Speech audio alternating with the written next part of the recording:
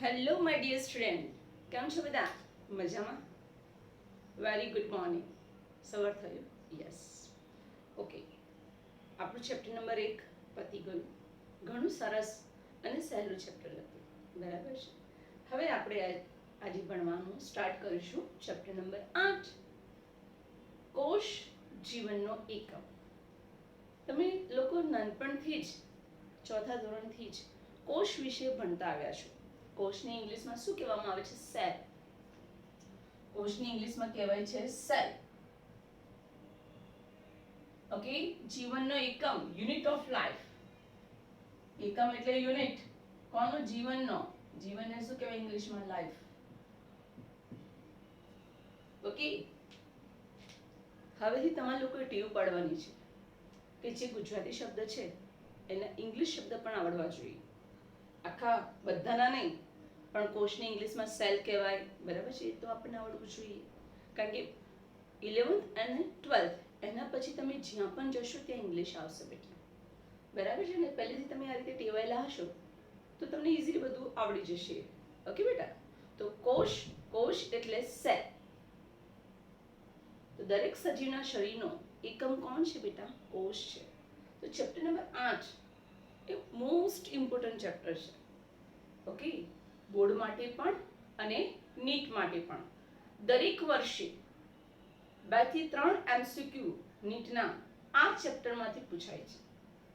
અને આ ચેપ્ટર એકદમ સહેલું છે, ઇન્ટરેસ્ટિંગ છે, બરાબર છે? જ્યારે આપણે લેક્ચર લઈએ એના પછી તમારે લેક્ચરમાં જે ચાલ્યું હોય એ 2 વાર લખી દેવું અને તૈયાર કરી દેવું, તો તમને મસ્ત રીતે આ ચેપ્ટર આવડી જશે બેટા.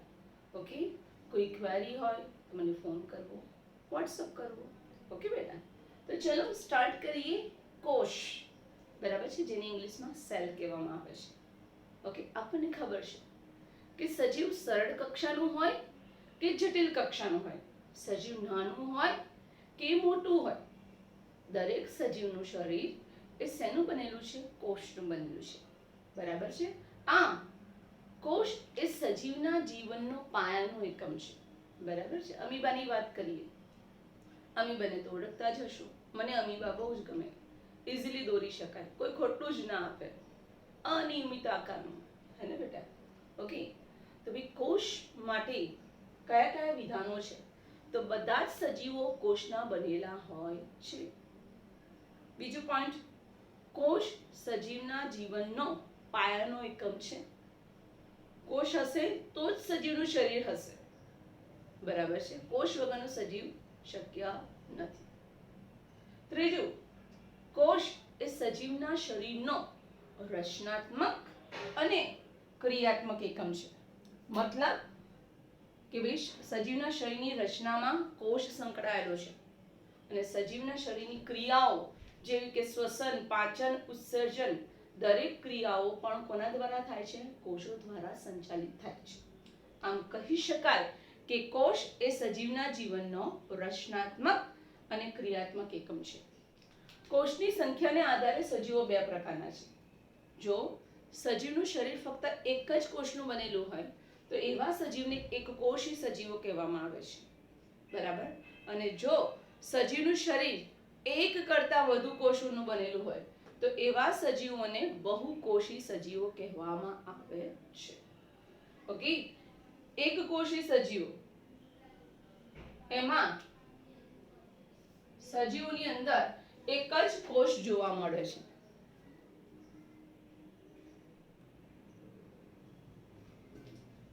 ક્લિયર બેટા? તો જે સજીવનું શરીર એક જ કોષનું બનેલું હોય એને એકકોષી સજીવ કહેવામાં આવે છે.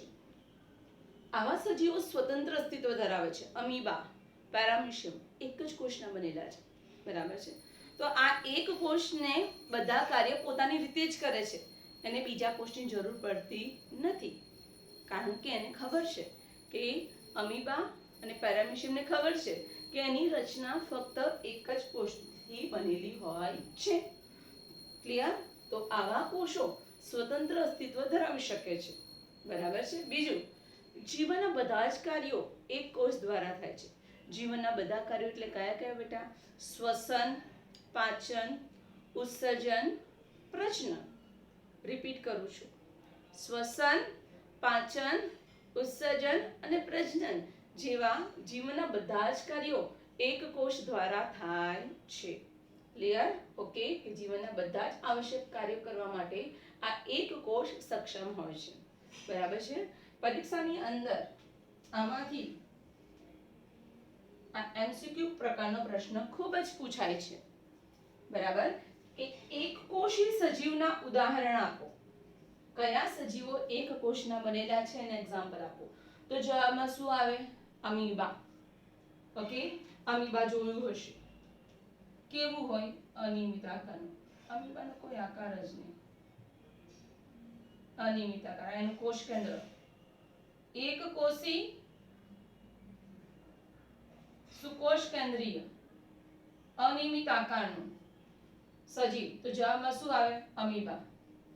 અમીબામાં આ જે રચના છે એને શું કહેવામાં આવે છે? ખોટા પગો.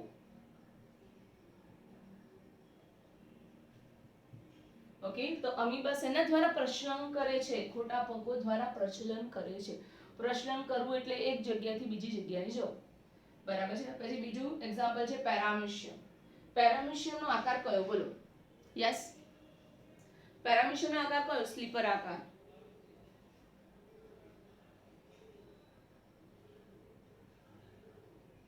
બરાબર છે? પેરામીશિયમનો આકાર સ્લીપર આકાર છે. એની સપાટી ઉપર અસંખ્ય પક્ષમો જોવા મળે છે. આ શું છે? પક્ષમો. પેરામીશિયમની અંદર બે કોષ કેન્દ્ર આવેલા હોય છે. નાનું કોષ કેન્દ્ર, મોટું કોષ કેન્દ્ર.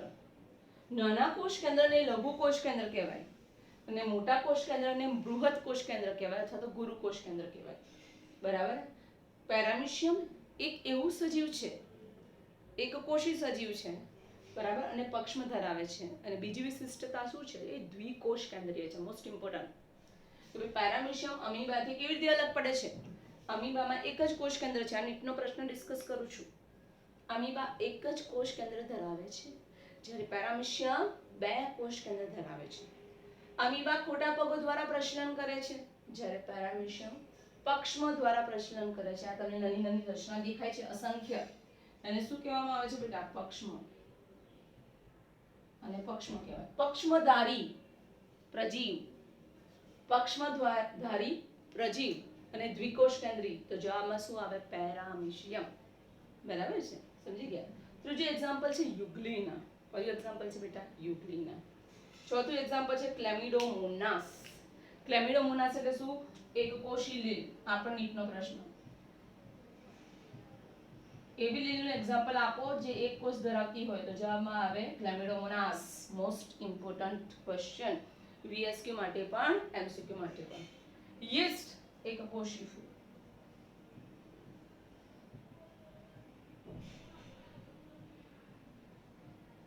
બરાબર છે? તો આપણે અહીંયા જોયા એક કોષી સજીવો. ક્લિયર? હવે બહુકોષી સજીવો કોને કહેવાય? જે સજીવોના શરીર એક કરતા વધુ કોષો ધરાવતા હોય, ઘણા બધા કોષો ધરાવતા હોય એવા સજીવોને બહુકોષી સજીવો કહે છે. ક્લિયર? અહીં કોષો ભેગા થઈને શેની રચના કરે છે? પેશીઓની. બરાબર છે? પેશીઓ ભેગી થઈને પેશી તંત્રની રચના કરે છે. અને પેશી તંત્ર ભેગા થઈને અંગની રચના કરે છે. બરાબર છે? હૃદય, ફેફસા, જઠર અંગ કહેવાય. બરાબર છે? અને અંગો ભેગા થઈને અંગ તંત્રની રચના કરે છે. શ્વસન તંત્ર, પાચન તંત્ર, ઉત્સર્જન તંત્ર, પરિવહન તંત્ર, આ બધા અંગ તંત્રો કહેવાય. અને આ બધા જ અંગ તંત્ર પરસ્પર ભેગા થઈને શેની રચના કરે છે બેટા? સજીવના દેહની રચના કરે છે. Most important. ઓકે, પરીક્ષાની અંદર બેટા આની સિક્વન્સ પૂછાય છે, આનો ક્રમ પૂછાય છે. ક્લિયર? ઓકે, પહેલા શું આવશે? કોષો. કોષો પછી પેશીઓ, પેશી પછી પેશીતંત્ર, પેશીતંત્ર પછી અંગો, અંગો પછી અંગતંત્ર અને અંગતંત્ર ભેગા થઈને સજીવના દેહનું નિર્માણ કરે છે. ઓકે બેટા, મને બહુકોષી સજીવના ઉદાહરણ આપશો બેટા? Yes. Can you give me example of multicellular animal? Yes. બહુકોષી સજીવના એક્ઝામ્પલ ખબર છે? બધાને ખબર હોય જ. ફૂગ, લીલ, વનસ્પતિ અને પ્રાણીઓ. બરાબર છે? રિપીટ કરું છું. ફૂગ, લીલ, વનસ્પતિ અને પ્રાણીઓ. બરાબર છે? આ બધા સજીવોના શરીર ઘણા બધા કોષોના બનેલા છે, તેથી તે બહુકોષી સજીવો છે. આટલું ક્લિયર થયું બેટા? Okay, important. યસ. હવે જોઈએ કોષનો ઇતિહાસ. તો કોષ વિશે કોણે કોણે કામ કર્યા હતા એના વિશે જોઈએ. તો સૌપ્રથમ રોબર્ટ હુક નામના વૈજ્ઞાનિકે કોષનો અભ્યાસ કર્યો હતો. તો રોબર્ટ હુકે બુચ વનસ્પતિ, ઇંગ્લિશમાં કહેવાય કે એને કહેવાય ઓક વનસ્પતિ. ઓકે, ઓક વનસ્પતિની છાલનો સાદા માઇક્રોસ્કોપમાં અભ્યાસ કર્યો. તો એને શું દેખાયું? તો એને છાલની અંદર આવી ખાના ખાના જેવી રચના દેખાઈ. બરાબર છે? ક્લિયર? અને આવી ખાના ખાના જેવી રચનાને એને શું નામ આપ્યું? આ ખાના જેવી રચના દેખાઈ એને નામ આપ્યું કોષ. તો સૌપ્રથમ કોષ કોણે જોયો? આવો પ્રશ્ન પૂછાય તો જવાબમાં આવે રોબર્ટ હુક. ક્લિયર? વૈજ્ઞાનિકનું નામ રોબર્ટ હુક, વનસ્પતિનું નામ બુચ ઓક પ્લાન્ટ કહેવાય ઇંગ્લિશમાં એને, ઓક. એની છાલ લીધી. છાલ હંમેશા નિર્જીવ હોય. તો જે કોષ જોયો ને એ નિર્જીવ કોષ હતો. બરાબર છે? છાલના કોષો કેવા હોય? નિર્જીવ હોય. એમાં કોષરસ હોય નહીં. ક્લિયર? તો માઇક્રોસ્કોપમાં એણે છાલનો અભ્યાસ કર્યો અને અનેક ખાના જેવી રચના દેખાઈ અને નામ આપ્યું કોષ. શું નામ આપ્યું? કોષ. ક્લિયર? ત્યારબાદ બીજો એક વૈજ્ઞાનિક હતો આન્ટોન વોન લેવાનહુક. એણે શું જોયું? આને નિર્જીવ કોષને જોયો. તો આણે જીવંત કોષને નિહાળ્યું અને એનું વર્ણન કર્યું. સમજ પડી? Most important. જ્યારે જીવંત કોષ વિશે પૂછે તો કયો વૈજ્ઞાનિક આવશે બેટા? Antonie van Leeuwenhoek. Anton van Leeuwenhoek. તેણે સૌપ્રથમ જીવંત કોષને નિહાળ્યો અને તેનું વર્ણન કર્યું. ઇમ્પોર્ટન્ટ. અને ત્રીજો વૈજ્ઞાનિક છે રોબર્ટ બ્રાઉન. ક્લિયર? રોબર્ટ બ્રાઉને શું જોયું? જે આ બે જણ ના જોઈ શક્યા એ કોણે જોયું? રોબર્ટ બ્રાઉને. તેમને દેખાયું કે કોષની મધ્યમાં ગોળાકાર અંગિકા આવેલી છે અને એને કોષ કેન્દ્ર કહીએ છીએ. એ કોણે કહ્યું? રોબર્ટ બ્રાઉને. કે તેમણે સૌપ્રથમ કોષની મધ્યમાં કોષ કેન્દ્ર જોયું. કોષ કેન્દ્રને ઇંગ્લિશમાં કહેવાય ન્યુક્લિયસ. કોષ કેન્દ્રનો શોધક જવાબમાં શું આવશે બેટા? Robert Brown. Important, most important. તો ત્રણ વૈજ્ઞાનિકો આપણને આવડવા જોઈએ. રોબર્ટ હુક સૌપ્રથમ બુચ વનસ્પતિની છાલમાં કોષને જોયો. પછી આવ્યો એન્ટોની વોન લેવાનહુક. સૌપ્રથમ જીવંત કોષને જોયો અને વર્ણન કર્યું. અને ત્રીજું છે રોબર્ટ બ્રાઉન. સૌપ્રથમ તેણે કોષની મધ્યમાં કોષ કેન્દ્રને જોયું. ક્લિયર? આ બધા માઇક્રોસ્કોપ હતા, એકદમ સાદા માઇક્રોસ્કોપ હતા. ત્યારબાદ 1950માં ઇમ્પોર્ટન્ટ ક્વેશ્ચન, 1950માં ઇલેક્ટ્રોન માઇક્રોસ્કોપની શોધ થઈ. કયા માઇક્રોસ્કોપની શોધ થઈ બેટા? ઇલેક્ટ્રોન માઇક્રોસ્કોપની. ઓકે, અને ઇલેક્ટ્રોન માઇક્રોસ્કોપની શોધ થયા બાદ કોષની અંદર કઈ કઈ અંગિકાઓ આવેલી છે? બરાબર છે? ક્લિયર? એ બધાનો વિસ્તૃત અભ્યાસ શક્ય બન્યો. સમજ પડી? કઈ સાલ બાદ? 1950માં ઇલેક્ટ્રોન માઇક્રોસ્કોપની શોધ થઈ અને ત્યારબાદ કોષની અંદર આવેલી તમામ અંગિકાઓનો, તમામ સંરચનાનો અભ્યાસ શક્ય બન્યો. બરાબર છે? હવે મને કહો કોષની અંદર કઈ કઈ રચનાઓ આવેલી છે? યસ, એક તો કોષ કેન્દ્ર, બીજું બોલો? અંતઃકોષરસ જાળ, ગોલ્ગી કાય, કણાભસૂત્ર, લાઇસોસોમ્સ, હરિતકણ, આ બધી રચનાઓ કોષની અંદર આવેલી છે. એનો વિસ્તૃત અભ્યાસ શક્ય બન્યો. કઈ સાલ બાદ? 1950. ઓકે બેટા? ક્લિયર? તો આ હતી આજની આપણી પ્રસ્તાવના. આપણું ચેપ્ટર બહુ સરસ ચેપ્ટર છે. કોષ સજીવનો પાયાનો એકમ, રચનાત્મક ક્રિયાત્મક એકમ. કોષની સંખ્યાને આધારે સજીવો બે પ્રકારના હોય, એકકોષી સજીવ, બહુકોષી સજીવ. બરાબર છે? એના તમારે ઉદાહરણ યાદ રાખવાના, આ સિક્વન્સ યાદ રાખવાની. બરાબર છે? દ્વિકોષ કેન્દ્રી પક્ષમધારી. જવાબમાં શું આવશે? પેરામીશિયમ. ખોટા પગ ધરાવતું, એક કોષ ધરાવતું સજીવ. જવાબમાં આવશે ખોટા પગો. ક્લેમિડોમોનાસ એકકોષી લીલ, યીસ્ટ એકકોષી ફૂગ. ત્યારબાદ રોબર્ટ હુક, એન્ટોન વાન લેવનહુક અને રોબર્ટ બ્રાઉન. ઓકે, એનો જીવ વિજ્ઞાન ક્ષેત્રે ફાળો. અને ઇલેક્ટ્રોન માઇક્રોસ્કોપની શોધ કઈ સાલમાં થઈ? 1950માં થઈ. બરાબર છે? આટલું તમારે યાદ રાખવાનું છે. બહુ સરસ ચેપ્ટર છે, મજા આવશે. સરસ તૈયાર કરજો બેટા. ઓકે.